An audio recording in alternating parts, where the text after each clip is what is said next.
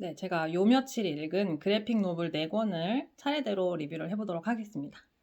이거는 어제 자기 전에 읽고 잔 건데요. 되게 괜찮았어요. 제목은 바닷속 유니콘 마을입니다. 약간 판타지적인 감성이 가미된 책인데, 저는 제가 판타지를 안 좋아한다고 생각했거든요. 근데 그렇지 않다는 거를 이 책을 보고 깨달았어요. 판타지적인 감성이 있지만 어느 현실적인 감성과 섞여 있기 때문에 충분히 우리들의 현실에 적용해서도 생각해 볼 수 있는 지점이 있어서 좋았고요. 그림체가 되게 아름다워요. 약간 이런 느낌의 되게 예쁘죠. 그림체이고 사실 책을 읽으면서 되게 생소하다 느낌이 뭔가 한국 작가나 미국 작가들 책을 읽으면서 느낀 느낌이랑 좀 달랐어요. 뭔가 미국인 작가들도 뭔가 메시지를 표현하는 방식이 직접적이고 뭔가 캐릭터들이 되게 강렬한 경우가 많거든요. 근데 이거는 읽으면서 메시지를 표현하는 방식도 좀 친절하고 부드럽고 좀 또 캐릭터들도 그렇게 강렬하거나 개성이 있거나 그렇다기보다는 별로 그렇게 크게 거부감이 들지 않는 조화로운 캐릭터들이어가지고 이건 도대체 어떤 사람이 쓴 걸까 궁금했거든요. 제가 그동안 읽어왔던 한국이나 미국인 작가들의 동화나 그래픽 노블들과 느낌이 달랐기 때문에. 그런데 알고 보니 작가가 뉴질랜드 작가더라고요. 그러다 보니 되게 생소하고 새로운 느낌이 났던 거예요. 작가는 KT 오닐이라는 뉴질랜드 출신의 일러스트레이터이자 작가라고 합니다. 이 작품뿐만이 아니라 공주와 공주는 오래오래 행복하게 살았대랑 티 드래곤 클럽, 그 다음으로 바닷속 유니콘 마을이 차례대로 출간되면서 되게 좋은 반응을 끌었대요. 그래서 저는 이 나머지 2권도 티 드래곤 클럽이랑 공주와 공주는 오래오래 행복하게 살았대, 이 책들도 읽으려고 하고요. 그리고 좋은 거는 이렇게 책이 끝날 때 이런 식으로 이런 게 나오는 게 참 좋더라고요. 목록을 보시면 지금 여기가 출판사가 어디죠? 보물창고에서 나온 그래픽 노블의 목록을 쫙 보여주거든요. 제가 잘 못 찾는 건지 구글에 검색했을 때는 저 목록을 찾을 수 없는데 이 책들의 뒤편에 목록이 적혀 있는 경우가 있을 때 그런 거를 사진을 찍어 놓곤 합니다. 그래서 이거는 제목처럼 바닷속에 유니콘 마을이 실제로 있는 거예요. 이 세계관 안에서는. 그래서 거기에 초대돼가지고 같이 얘기도 하고 놀고 그래서 걔네랑 친해지는 겁니다. 그 유니콘 마을 세상 속 사람들과. 그런데 이 주인공의 이모가 메이라는 사람이거든요. 메이 이모 보여드릴게요. 네, 메이 이모가 고기를 잡아요. 고기를 잡는 사람인데 이 지금 검은 머리 이 사람이 이모예요. 주인공의 이모. 이 사람이 고기 잡는 사람이고 지금 보이는 저 파란 머리 이 친구가 유니콘 마을의 여왕 같은 존재인 것 같아요. 근데 그러니까 어찌 보면 이 유니콘 마을의 여왕은 고기잡이를 그렇게 좋아할 순 없겠죠. 왜냐하면 고기를 잡으면서 자기 친구들, 물고기들을 다 잡아가잖아요. 그리고 플라스틱 그물을 통해서 고기를 잡다 보면 산호초들을 되게 많이 파괴시킨다고 해요. 그러다 보니까 얘기를 합니다. 이 여왕이 너네 고기 잡는 방식을 좀 바꿔줬으면 좋겠어. 너희들의 플라스틱 그물이 우리의 생태계를 망치고 있어. 라고 합니다. 근데 포식자 입장에서는, 고기잡이의 입장에서는 자기들의 방식이 자기들의 생계와 생존율을 높여주기 때문에 바꾸고 싶지 않아요. 그러면서 일어나는 갈등이고요. 저는 그래서 이제 이 둘의 관계를 보면서 뭘 느꼈냐면, 저는 동양인이면서 또 여성이잖아요. 그러니까 백인의 입장에서 마이너리티들, 그러니까 소수인종에 대해 배려를 해준다고는 하지만 사실은 그것이 만약에 백인의 이익에 해가 된다면 그들도 자신들의 이익을 지키기 위해 동양인이나 흑인들을 그렇게 존중해주지 못할 수 있잖아요. 또한 남성들이 여성들을 보호해주고 돌봐주고 좋아해주는 거는 그것이 자기들의 이익을 해치지 않을 때만 가능하다고 생각해요. 그래서 저는 사실 남성이 페미니스트이기가 아주 힘들다고 생각하고 백인이 소수인종의 권리를 자기 일처럼 생각하고 그들의 이익을 위해 같이 목소리를 높이기는 아주 힘들다고 생각합니다. 왜냐면 그런 흑인들이나 동양인들이 그러니까 이 사회가 유지되는 데에 아무래도 리드를 하는 사람이 있을 것이고 따라오는 사람이 있을 거예요. 그런데 힘이 있는 리더들의 입장에서는 이 팔로워가 없이는 리더도 없는 거거든요. 그리고 피고용인이 없이는 고용주도 없는 거거든요. 그러니까 고용주 입장에서는 피고용인이 반드시 필요하고요. 리더의 입장에서는 팔로워가 반드시 필요합니다. 그렇기 때문에 모든 사람이 리더가 돼버리면 누가 그 리드를 따라갈 것이며 모든 사람이 고용주가 된다면 누가 고용이 되냐고요. 그래서 남성들 입장에서는 여성들이 모두 다 사회에 진출해서 자기 한 그릇을 하고 산다면 누가 집에서 밥을 해주고 아이를 낳아서 키워주겠어요. 그렇기 때문에 남성들은 본능적으로 여성들의 사회 진출이나 여성들이 자신의 능력들을 추월해서 더 높은 위치에 앉는 것을 경계할 수밖에 없습니다. 여성들이 집에 머물러 주고 가정을 지켜줄 때 자기들의 위치가 더 공고히 된다고 생각하거든요. 그런데 그런 여자들이 자기들의 경쟁자가 될 때 자신의 생존을 위협한다고 생각하기 때문에 남자들은 자신의 이익을 유지하고 지키고 드높이기 위해서 여성들의 성장이나 여성들의 사회 진출이나 여성들이 자신들을 위협할 만한 존재가 되는 것을 경계할 수밖에 없습니다. 마치 이 소설 속 고기잡이가 이 유니콘 마을 여왕과 친하게 지내다가도 플라스틱 그물을 쓰지 말라고 했을 때 아니 나는 우리 동네 사람들을 위해서 우리의 생존을 위해서 플라스틱 그물을 쓸 수밖에 없어. 설령 그것이 너희들의 생태계를 파괴한다 해도 말이야 라고 말할 수밖에 없는 것처럼 리더가 팔로워들의 이야기를 경청하는 건 그게 나의 생존에 위협이 되지 않을 때만이에요. 그게 나의 생존에 위협이 되면 좀 강압적인 방법을 쓰면서라도 자기가 좋을 대로 읽고 나가겠죠. 그래서 그런 것들을 생각하게 해줘서 되게 좋았고요. 또 사실은 한국에서 살다 보면은 이런 자연에 대해서 생각하기가 되게 어려워요. 왜냐하면 이 나라는 먹고 사는 문제를 해결하는데 오랜 시간을 써왔잖아요. 그래서 어떤 예술이라던가 자연이라던가 이런 식으로 생존과 생계와 직접적으로 연결되어 있다고 느끼지 않는 문제들이 있죠. 그런 문제들에 대해서는 사실상 시민의식이 굉장히 낮잖아요. 그런 제 입장에서는 이런 책을 읽으면서 자연환경이나 기후위기 같은 거에 대해서 생각해보는 지점이 정말 신선했어요. 한국에서는 사실 유명한 문학, 비문학들도 대부분이 다 생존력을 높여주거나 아니면 유명한 문학들도 대체로가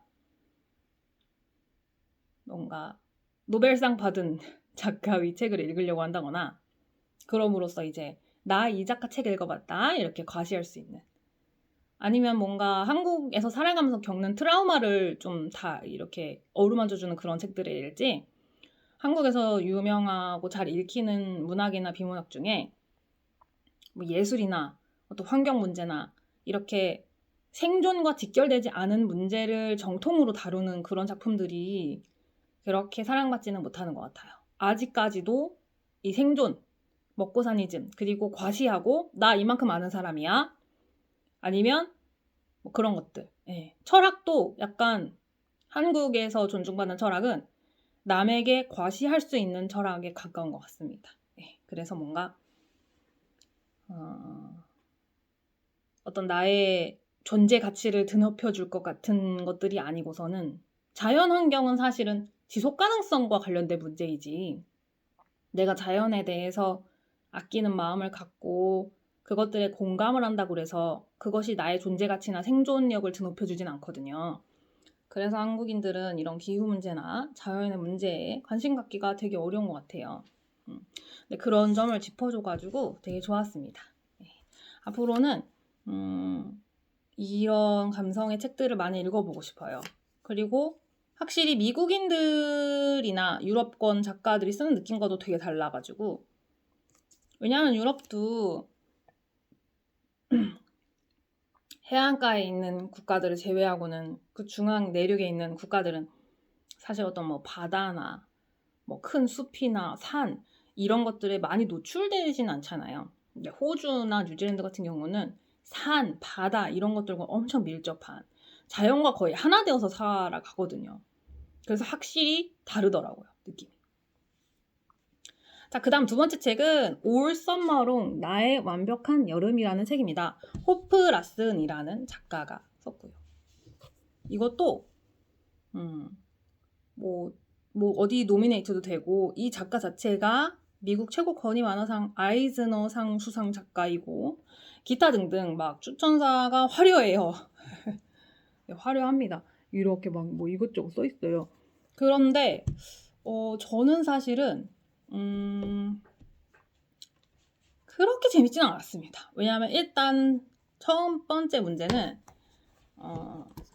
색감이 주황색이 지배적이라는 거예요. 거의 단색을 이렇게 써가지고 그림도 안 예뻐요.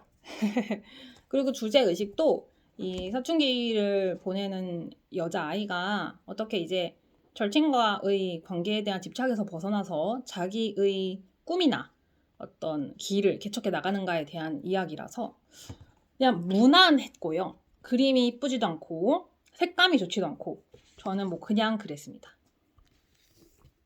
자, 그 다음 책은 레이나 텔게마이어라는 그래픽 노블계에서 되게 유명한 작가 중에 한 명인데요. 스마일, 시스터즈, 그리고 오마이 캐릭터, 제가 빌려온 책이 저기인데 오마이 캐릭터 등으로 유명하고, 이 책도 이제 레이나 텔게마이어가 쓴 고스트라는 책입니다. 제목처럼 유령에 대한 이야기를 다루고요. 근데 우리가 보통 유령이나 귀신에 대해 다룰 때 공포감이 들게 다루는 경우가 많거든요. 근데 이 책은 그렇지가 전혀 않습니다. 예. 물론 처음에는 약간 그런 느낌이긴 하거든요. 처음에는 뭔가 무서워, 유령 무서워, 두려워 이런 느낌인데 뒤로 갈수록 그런 느낌이 안 들어요. 굉장히 인간 친화적인 그런 느낌의 유령들이거든요. 그림을 좀 보여드리면, 일단 아까 요 올 썸머롱을 제외하면은 웬만해서는 미국 그래픽 노블은 다 컬러풀합니다. 그것도 되게 좋아요.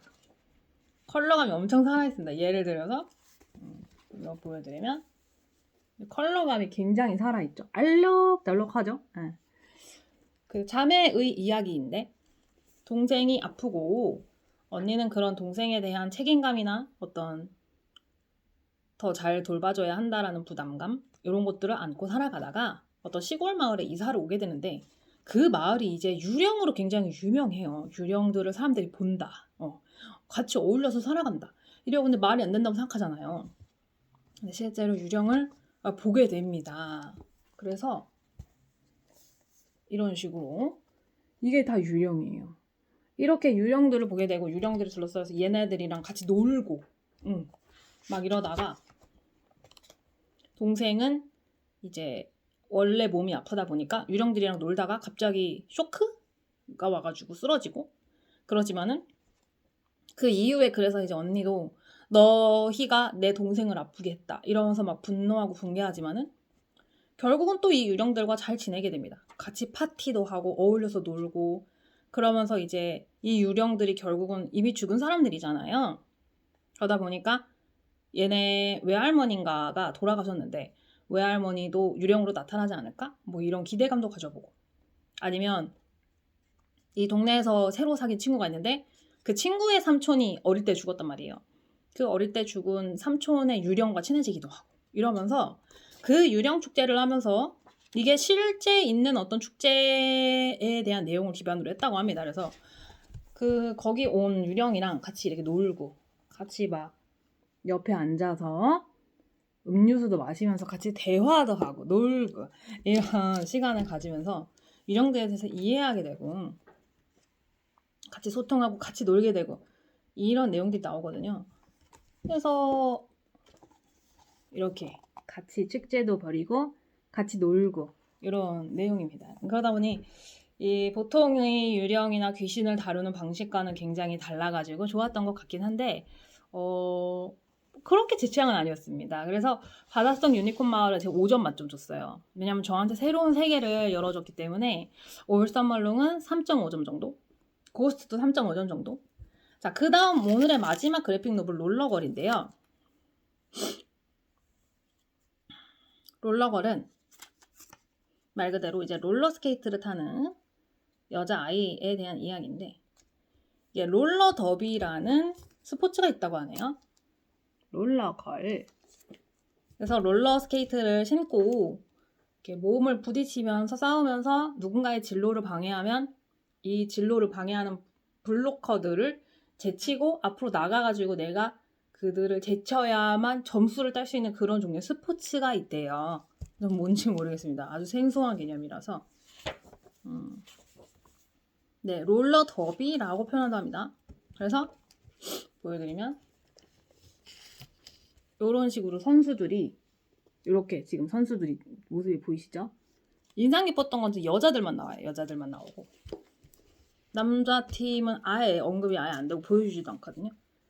그래서 이제 제머라는 선수가 있고 블로커라는 선수들이 있어요. 그러면 제머라는 선수는 블로커를 앞질러야 점수를 딸 수 있는 겁니다. 그런 시스템이에요. 이런 식으로 지금 제머가 블로커를 앞질러야지 점수를 딸 수 있는 거예요. 그리고 블로커는 제머를 막아야만 됩니다. 제머를 꼭 막아야 돼요. 그러다 보니까 이제 여자애들끼리 하는 게임인데도 굉장히 좀 폭력적인 그런 느낌이 있어서 사실 저는 완전히 제 취향은 아니긴 했지만 그래도 이렇게 되게 씩씩하게 뭔가에 집중을 해서, 왜냐면 이 과정에서 과거 절친과 헤어지게 되거든요. 과거에 이 주인공 절친은 발레를 하고 싶어 해요. 그런데 주인공은 이 롤러더비를 하고 싶어 해요. 완전히 달라요. 발레는 되게 아름답고 우아한 무용이잖아요. 롤러더비는 굉장히 약간 폭력적인 스포츠이기 때문에 감성이 달라요. 그래서 그 과정에서 과거에 제일 친했던 절친과 헤어지는 과정, 그런 것도 나오면서 자신만의 세계를 찾아가고 자신만의 세계를 찾아가는 그런 과정이 나오면서 거기서 새로운 친구도 사귀게 되고요.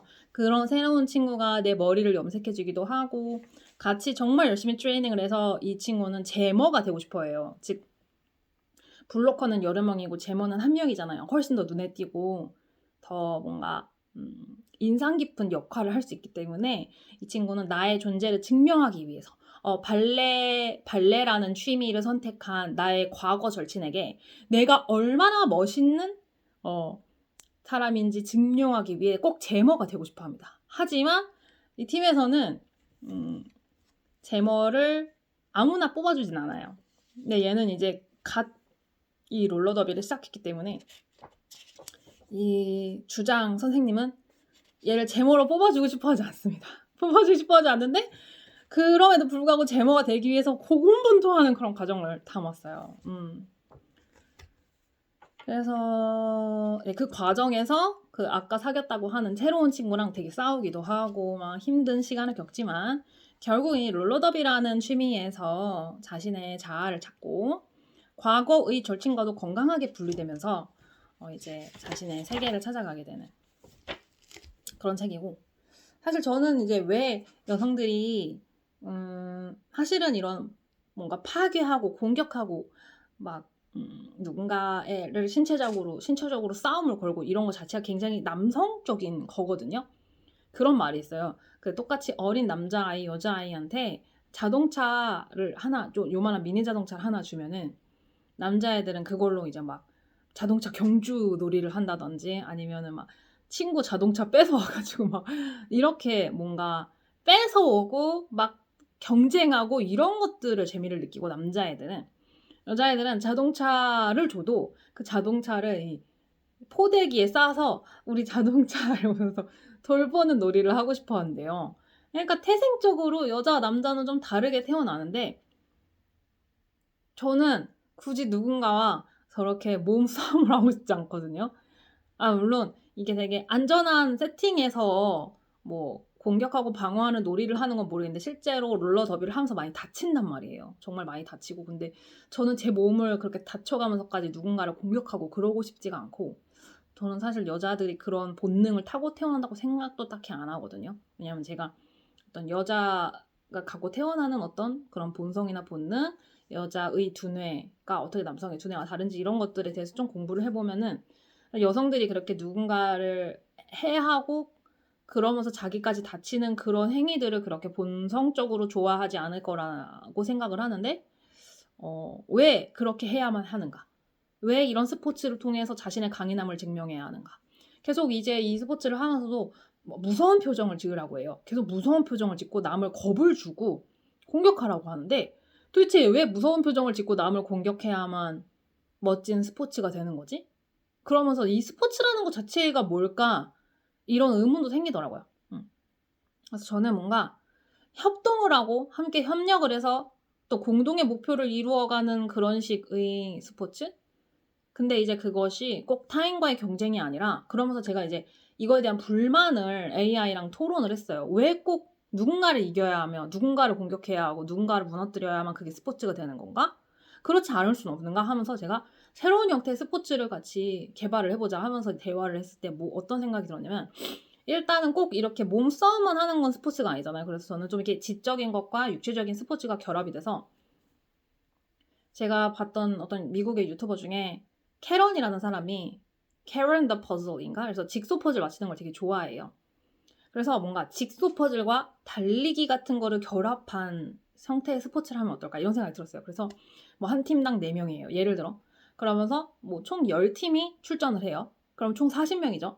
근데 이 4명이 한 팀인데 이 10팀이 서로를 이렇게 감시하거나 서로를 관찰하지 좀 못하게 했으면 좋겠어요. 왜냐면 이게 자기 거에만 집중을 해야 되는데, 보통들의 스포츠는 얘네보다 더 잘해야 돼. 이런 식의 항상 비교 개념이 들어가. 얘네를 이겨야 돼. 쟤네를 무너뜨려야 돼. 그러니까 내가 얼마나 잘하냐보다 쟤네보다만 더 잘하면 되거든요. 그러니까 전 이런 개념이 싫더라고요. 그냥 우리 거에 집중했으면 좋겠은 거예요. 그래서 이 4명이 한 팀인데 이 10팀이 각각 자기들의 태스크에 가장 집중을 하는 겁니다. 그래서 뭐 직소 퍼즐을 맞추고 그 직소 퍼즐도 어떤 정해진 하나의 답이 있는 게 아니라 되게 다양한 결과가 나오는 창의적인 직소 퍼즐인 거예요. 그래서 그런 창의적인 직소 퍼즐을 최대한 우리 팀의 개성과 우리 팀의 어떤 정신을 담아서 뭐 직소 퍼즐을 맞춰 나가다가 어떤 필요한 퍼즐이 있으면은 빨리 달리기나 혹은 장애물 달리기, 장애물 넘어서 달리기 같은 걸 해서 저기 가서 퍼즐을 또 받아와서 열심히 재밌게 직소 퍼즐을 다 함께 맞춰요. 그런 다음에 이 10명의 팀에게 다 상을 주는데 다 다른 상을 줄 겁니다. 그러니까 뭔가 보통의 스포츠는 맞대결을 시켜서 너네가 더 잘했어 이런 식이잖아요. 근데 그게 아니라 이 10명의 팀 전부가 상을 받게 되는데, 가장 창의적인 팀, 뭐 아니면 가장 빠른 팀, 이렇게 그 팀이 가장 잘한 것을 관찰을 해서 상을 주는 거예요. 그러면 누군가를 이기기 위해 노력할 필요도 없고 그냥 우리는 이 4명이서 우리가 할 수 있는 가장 최고의 결과를 내는 거에만 집중을 하면 됩니다. 그게 뭘진 모르죠. 가장 창의적인 것일 수도 있고, 아니면 가장 많은 포즈를 연결한 것일 수도 있고, 아니면 가장 뭔가 빠르게 완성을 한 팀일 수도 있는 것이고, 아니면 가장 아름다운 포즈를 완성할 수도 있는 것이고, 우리 팀의 개성이나 우리 팀이 가장 잘하는 거에만 집중을 하면 되는 거예요. 그래서 이 상이라는 건 미리 정해져 있는 것도 아닙니다. 그냥 그 팀을 관찰을 해서 심사위원들이 이 팀의 가장 장점이 무엇인지를 찾아내는 거예요. 그래서 새로운 상을 만들어서 주는 겁니다. 어떤 팀은 또 가장 느릴 수 있죠. 그렇다는 거는 생각을 오래 한다는 거잖아요. 그러면 생각을 많이 하는 그런 팀이라는 상을 줄 수도 있는 거고. 그래서 그냥 제가 원하는 거는 e스포츠라는 것이 누군가를 짓밟고 올라서고 누군가를 이기고 이런 느낌이 아니라, 그냥 가장 우리의 장점에 집중을 하고 우리의 강점에 집중을 했을 때 그것에 해당되는 상을 받는 형태가 됐으면 참 좋겠다. 그러면 경기에 임하면서도 그냥 우리 팀은 우리 팀에게만 제일 집중하면 되는 거예요. 남의 팀이 얼마나 잘하는지를 보면서 견제할 필요도 없고, 저 팀을 방해놔야지 이런 생각을 할 필요도 없고, 누구를 회방을 놓고 누가 뭐 뭐 실격패를 했으면 좋겠다. 뭐 저 팀 발이라도 걸어서 넘어뜨리고 싶다. 이런 생각을 할 필요 없이 남을 방해놓고 회방 놓고 이런 생각을 할 필요도 없이 조급할 필요도 없이 그냥 그 경기 시간 안에 4명이서 머리를 모아서 우리가 잘할 수 있는 것에 제일 집중을 하면 그게 얼마나 아름다운 스포츠가 될까? 저는 이런 생각이 들더라고요. 왜 스포츠가 항상 누군가를 이겨야만 하는 걸까?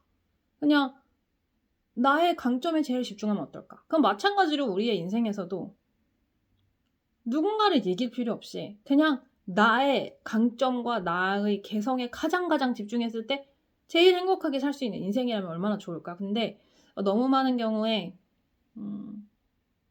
우리는 쟤보다 돈을 더 많이 벌고 싶어. 쟤보다 좋은 직업을 갖고 싶어. 쟤보다 예쁘고 싶어. 이런 식의 비교 개념으로 정말 많이 들어가게 되는 것 같아요. 근데 그게 아니라 내가 가장 잘할 수 있는 거, 나의 개성. 이거에 집중을 하면 내가 쟤보다 노래는 못 부를지 모르지만 춤은 잘 출 수 있잖아요. 그러면 그냥 춤에 집중을 하면 되고 춤 안에서도 내가 쟤보다 재즈 댄스는 못 출 수도 있지만 현대무용은 잘할 수도 있잖아요. 그러니까 누구랑 경쟁을 할 생각을 하지 말고 그냥 나의 개성과 나의 장점과 나의 강점에 제일 집중을 해서 살아가면 참 좋을 텐데 이게 공교육도 그렇고 항상 한국은 비교를 많이 해요. 그리고 평균 점수를 높여야 되는 그런 시스템이라서 어렸을 때부터 가장 우리 뇌가 말랑말랑한 시기에 우리는 항상 무슨 말을 듣냐면 평균 점수로 잘 맞아야 돼요. 내가 수학은 100점인데 과학은 30점 이러면 안 돼요. 오히려 수학, 과학이 둘 다 80점인 것이 수학 100점, 뭐 영어 10점 이거보다 낫거든요. 그러니까 뭔가를 아예 못하고 하나만 잘하는 것보다 대체로 다 잘해야 우리한테 선택지가 많아지거든요. 특히 국영수 같은 경우는. 그러니까 우리는 모든 걸 잘하려고 하게 되는 그런 게 생깁니다. 근데 살아가면서 정말 내가 좋아하고 내가 잘하는 거 하나에만 집중하면서 살아도 인생이 짧은데 모든 걸 잘하려고 해요. 인간관계도 잘하려고 하고 경제 생활도 잘하려고 하고 어떤 나의 커리어 생활도 잘하려고 하고 이것도 잘하려고 하고 저것도 그래서 모든 것의 평균 점수를 자꾸 높이려고 하는데 하나만 정말 집중을 해서 잘해보는 것도 좋은 방법이다. 근데 항상 뭔가 너는 이건 잘하는데 이게 부족하네? 이러면서 그것도 잘해야지. 근데 한번 그냥 내가 잘하는 걸 한번 정말 집중해보면 어떨까? 그런 생각이 들더라고요. 네. 굳이 남자들을 모방하지도 말고 그들의 파괴적인 본능을 따라서 그들은 정말 전쟁을 하고 파괴하고 그런 거 자체가 재밌어서 쉬는 시간에도 항상 게임을 하잖아요. 근데 저는 제가 게임을 해봤을 때 저는 그런 식의 파괴적인 공격하는 게임이 하나도 이끌리지 않고 그냥 게임이라는 것 자체가 저는 너무 자극적이어서 저랑 안 맞더라고요. 그러니까 나한테 잘 맞는 것, 나의 개성, 나의 강점 이런 거에 집중을 해야 되는데 어렸을 때부터가 항상 넌 그걸 잘하는구나 그걸 해봐 보다는 넌 이걸 못하잖아 이걸 더 잘해봐 이런 식으로 단점을 보완하는 식의 가르침에 많이 노출이 됐기 때문에 참 안타까운 것 같습니다. 그런 생각들을 갖게 해주는 독서였던 것 같아요. 그리고 이제 책도 반납하고 또 빌려와서 읽고 리뷰하고 이렇게 하려고 합니다. 이 루틴이 저에게 참 좋고 뭔가 점점 더 혼자 있는 시간에도 제가 TV를 보는 것보다 책을 읽는 선택을 많이 하게 되더라고요. 4일 전에 6권 읽고 그 다음 5권 읽고 그 다음 4권 읽고 어제 또 4권 읽었나? 5권 읽었나? 이래서 정말 부담 없이 많은 책들을 제 인생에 초대하고 이렇게 살아가고 있는 요즘입니다. 되게 행복해요. 오늘 리뷰는 여기까지 하겠습니다.